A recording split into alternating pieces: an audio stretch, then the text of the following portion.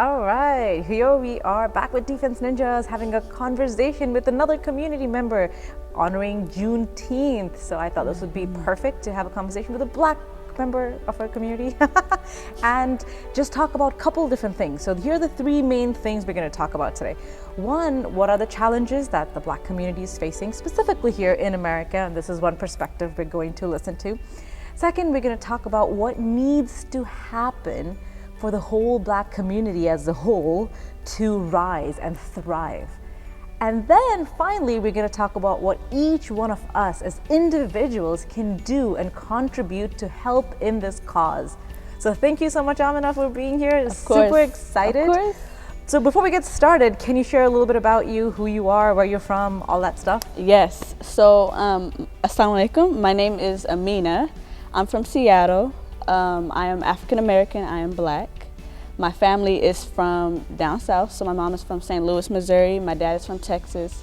My grandmother's from Missouri. So I am fully Black, and alhamdulillah, my grandma is the one who brought the family to Islam. So that's where I'm at right now. So you guys are converts. Yes, converts, basically converts, so or reverts. Yeah. And so you could ask this a lot, right? So I want to pose that question. Where are you really from?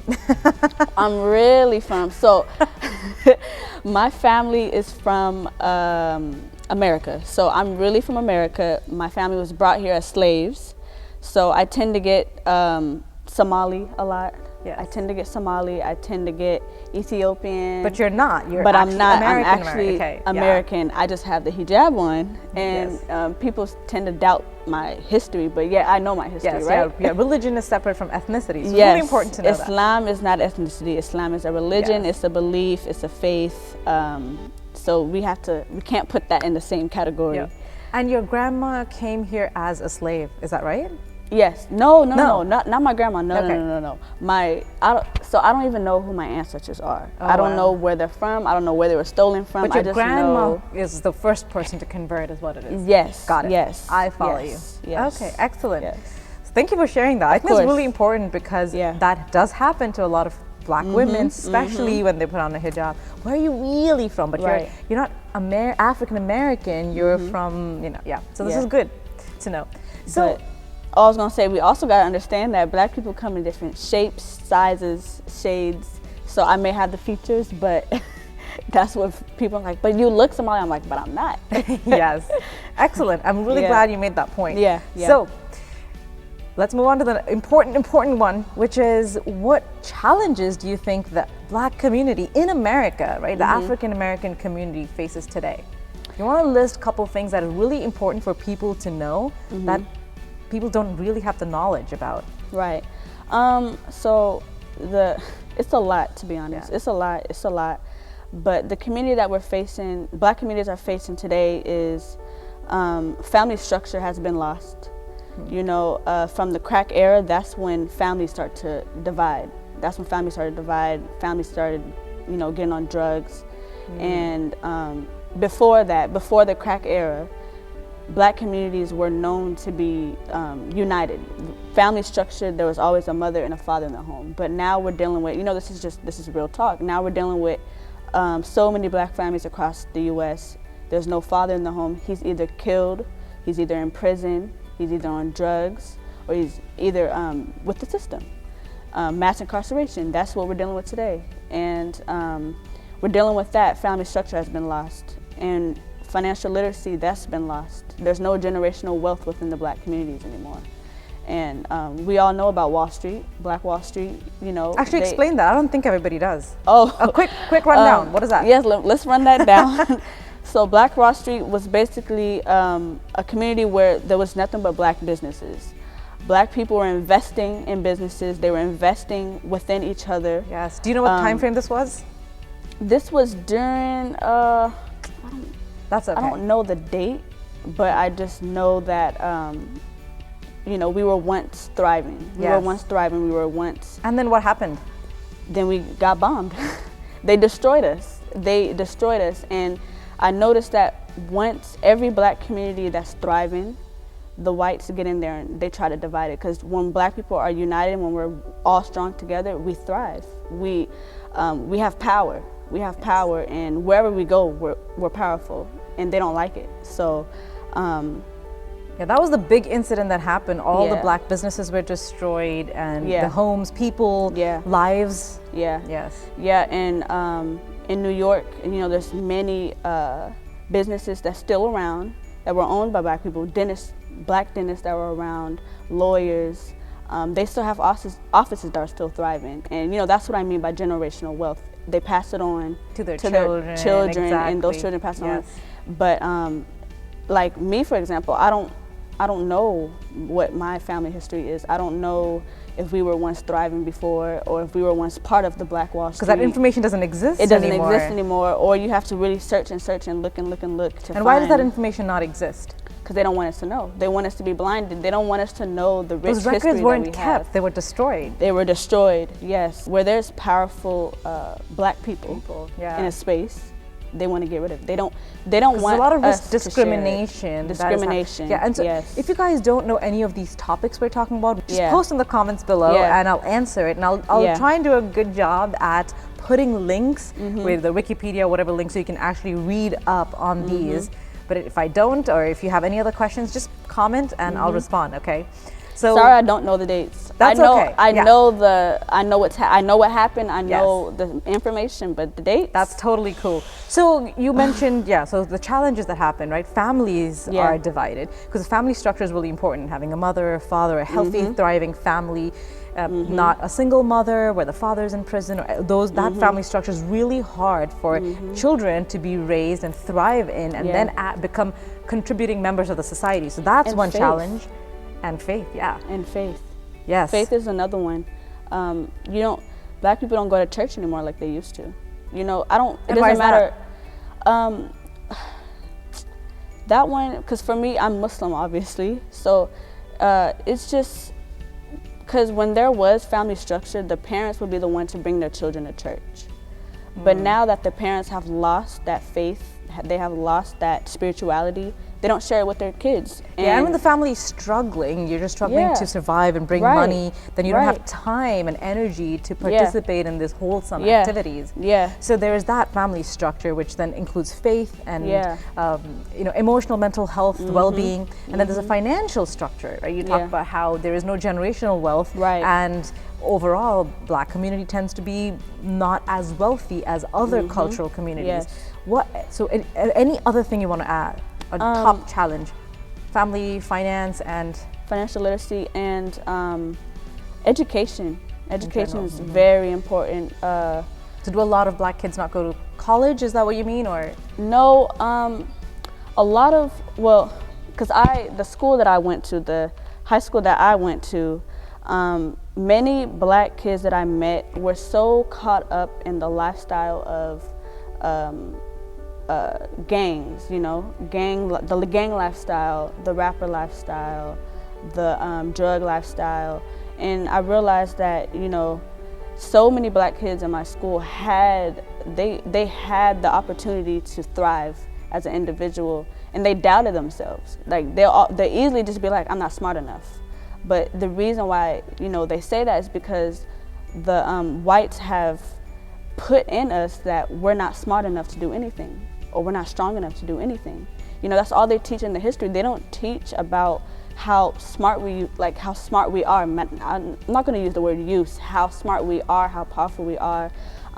Me personally, the historical classes that I was taking, that's all they talk about is slavery, right? Yes. That's the only topic they talk about is slavery. They don't talk about Mansa Musa.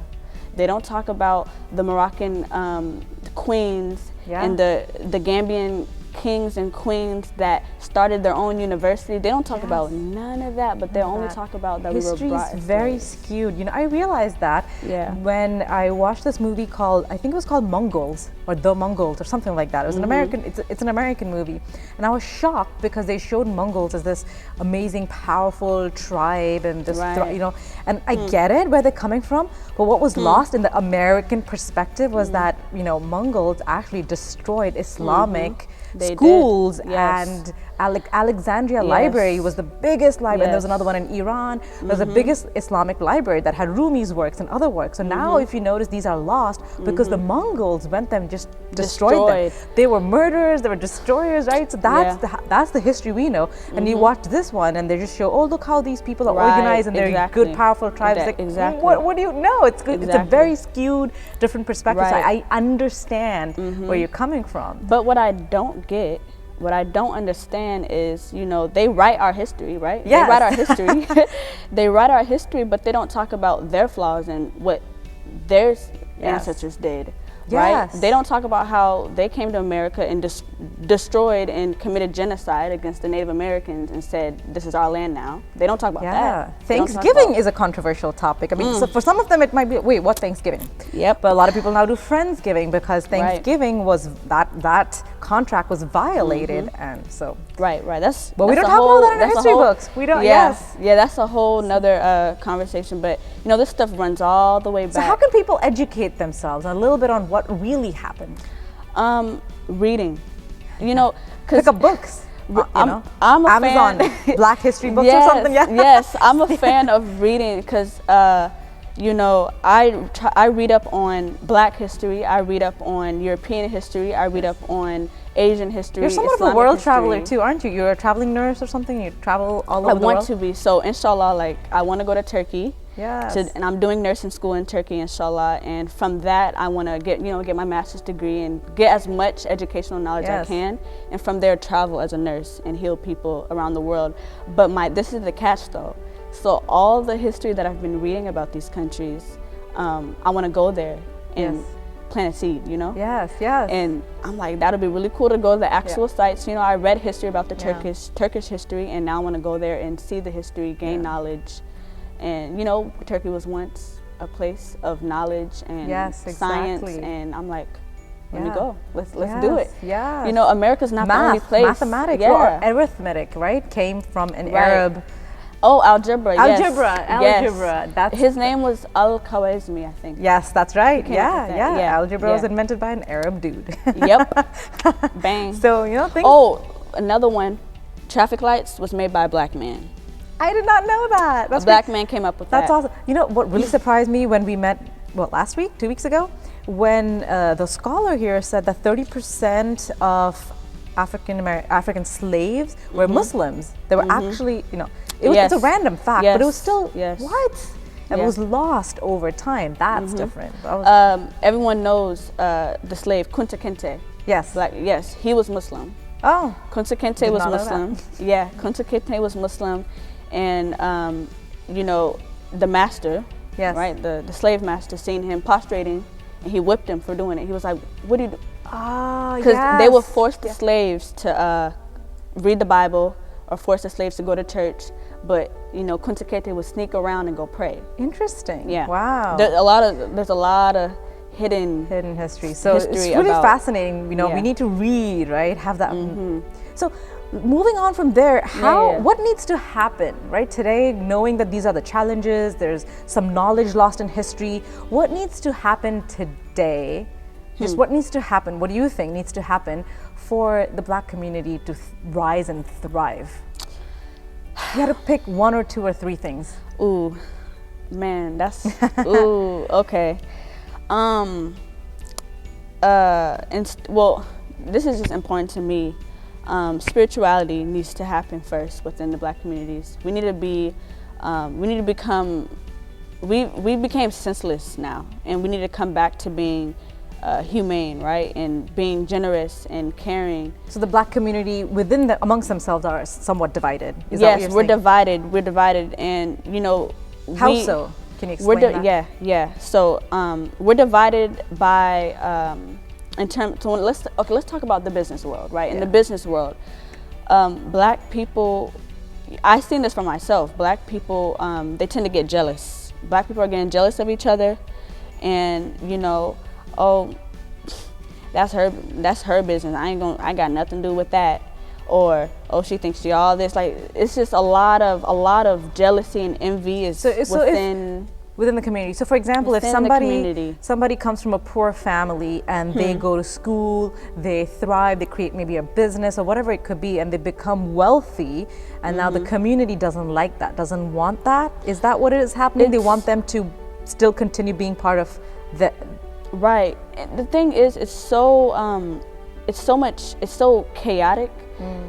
There's Black people who want Black businesses to come back. They want to invest in Black businesses. Right. They want to, and there's the Black people who, they're just so, their mind is just so caught up on, you think you're better than me, or you think you're better than us. So they don't necessarily like the wealthy Black people. Yeah, they see the wealthy Black people as they're so white, right? Yes. They're betraying us by becoming wealthy, which is associated with they whiteness. associate wealth with whiteness.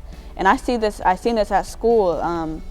For example, it's crazy, man.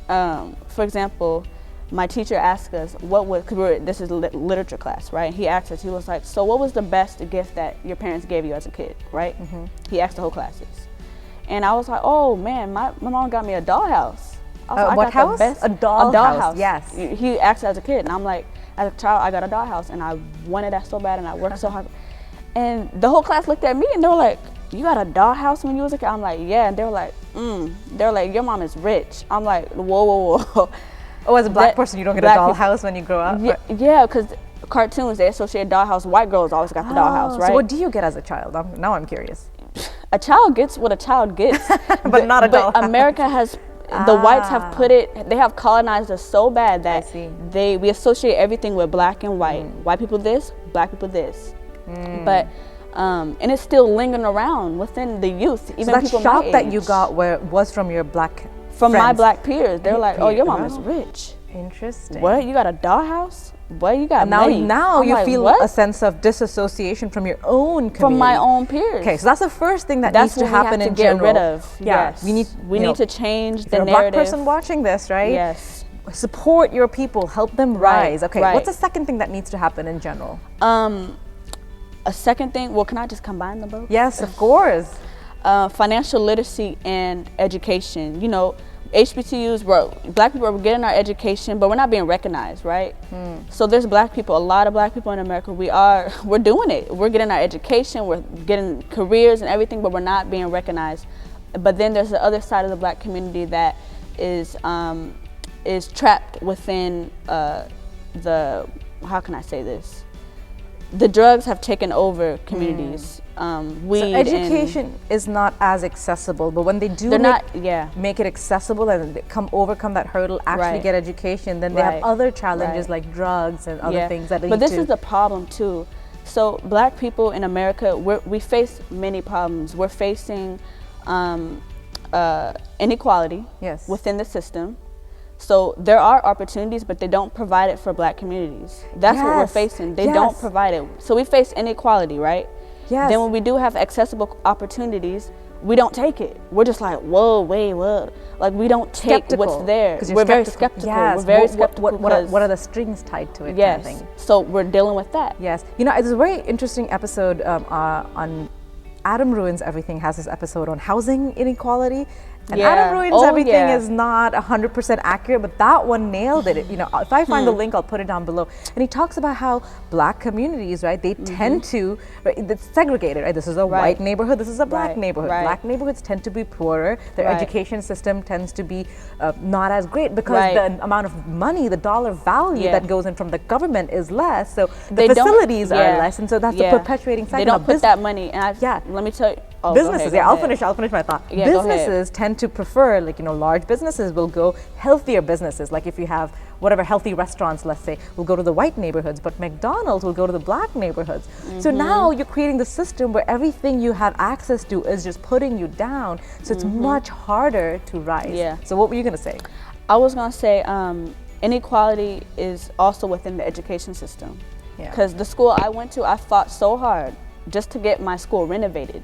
Okay? Wow. They didn't remodel my school until, they never remodeled. The last remodel that they did was back in 2011, 2011 or That's crazy. 2012. So this is more of a political move, right? So the first thing that really needs to happen is the black people need to help each other out. Second thing that needs to happen is really on a government political level. So we need to elect people who can bring more funding in and remove some of the segregation in communities and stuff like that. And that's what I mean. Like, we black people, we have it very hard in America because, you know, like I said, we're dealing with, you know, the fathers is in prison, right? Yes. Fathers are being killed left and right through gang violence. Yes. So we're dealing with black on black crime. Yes. We're dealing with police brutality.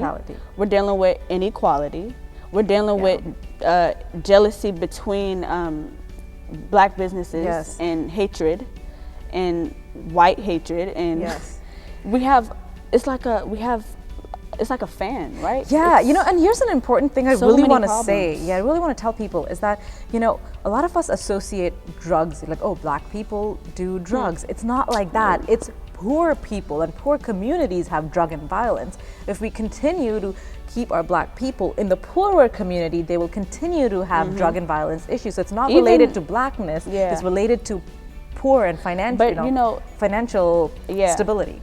And the also thing that we're dealing with too, we're dealing with the government itself. The government puts drugs into black communities. The crack era, they placed those drugs there so that this, like what we're dealing with today, so that this could happen. Yeah, and then just the violent, when the murder crimes are different, obviously, but being caught with drugs, that's a different crime that should be treated differently, but it's not. So that really has a disastrous consequence on the community. So I would really add a third thing on this, which is that there needs to be more education within just people's schools, you know, white schools, whatever, however you want to label this. People, we need this education, and everybody needs to know that, okay, you know, here's what we need to do, etc. Here's what's happening. You know, don't have prejudice, and how can you not, or whatever, right? So that those conversations need to happen, so that people can treat everybody better. Yeah, and I was gonna say, I feel like that what could help us also if people just listen to us and hear what we have to say. And how can they do that?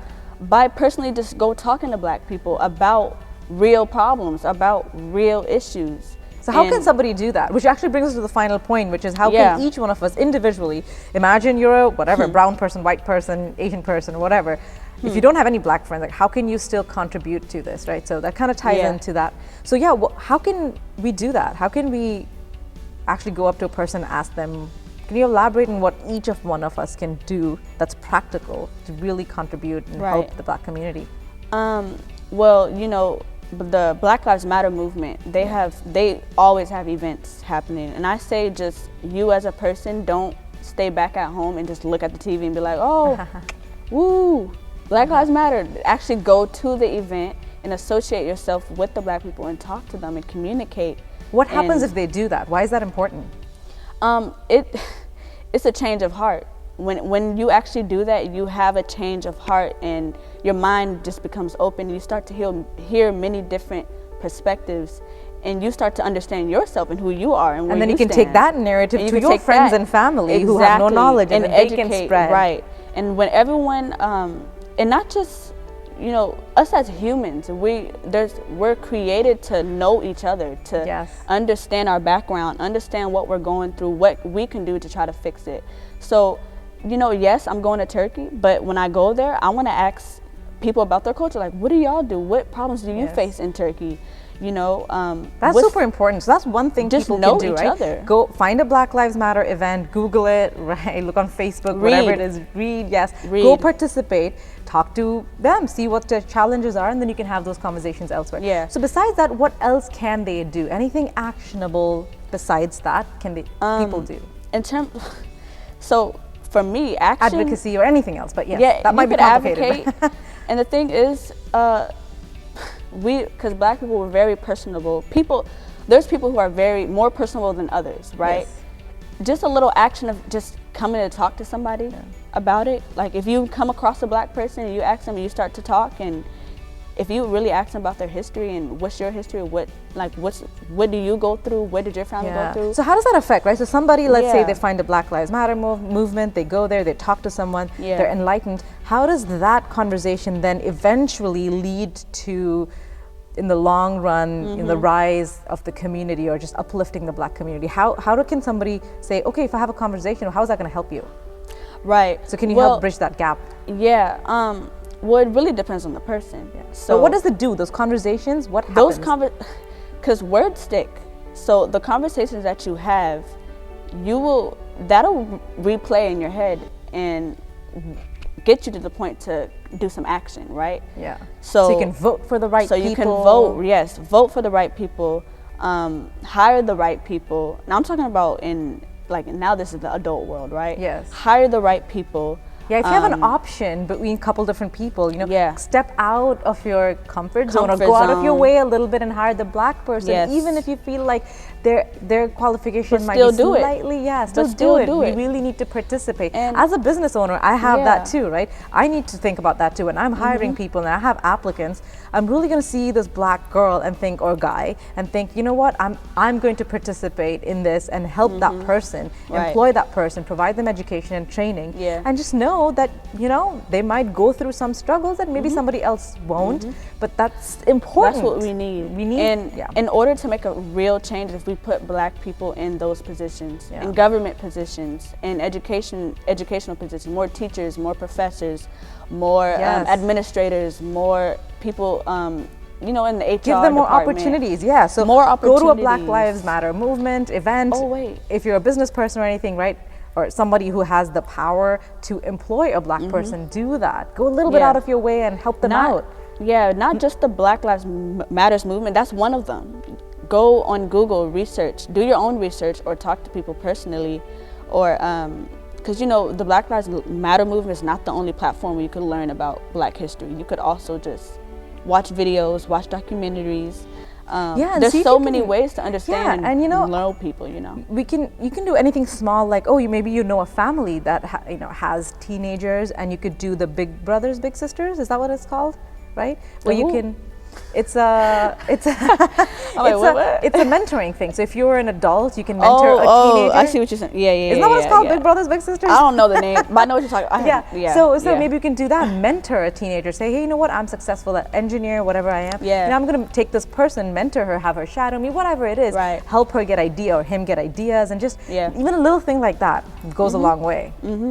Excellent. Okay. Yes, a lot. It's so much to be said, but that's amazing. There's a lot of positive and negatives that we're dealing with today. Not just the Black community, but many communities around the world. And it just takes people to stand up and be a leader and speak out against what's wrong. Right. That's super important. And I'm so glad we had this conversation today, because I remember when I went to an event which was really mixed. There were white, brown, Black people, and the speaker talked about challenges that Black people face, and we need to be good human beings and treat them well. It was really strange. This only happened 2 years ago.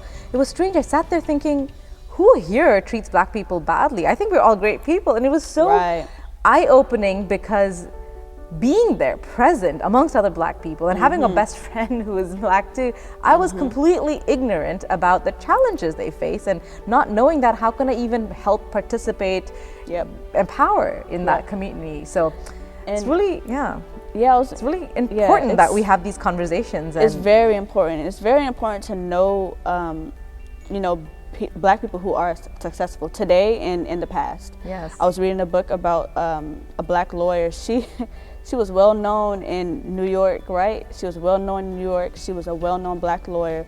But I thought to myself, I said, why didn't we, in LA classes, why didn't they give us books like this to read? Right? Yes, exactly. It's always about some type of white guy, right? Yeah. Some white guy who did great things, but and I'm reading on her, I'm like, wow. Yeah, how can you relate as a Black person that way? Yes. Right. So, like I said, it's many problems, many positives and negatives that needs to be talked about. Excellent. This has been great. Thank you so much, Amina, for doing this. I love it. I love it. This has been amazing conversation.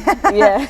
All right. So if you have any questions, put them in the comment box below. If you're new to the channel, subscribe, and I will see you in the next video. Okay. Assalamualaikum. Thank you so much. Yes. Great. Love it. This was beautiful. Yeah.